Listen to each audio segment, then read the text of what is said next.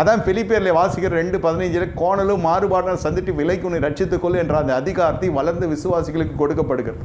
அன்று போல் இன்று சபை இல்லை, அன்று போல் இன்று தலைமைத்துவம் இல்லை, அன்று போல் இன்று எதுவுமே இல்லை. அன்று பரிசுத்தம் பிரகடனப்படுத்தது, இப்பொழுது மாம்சம் வெளிப்படுகிறது.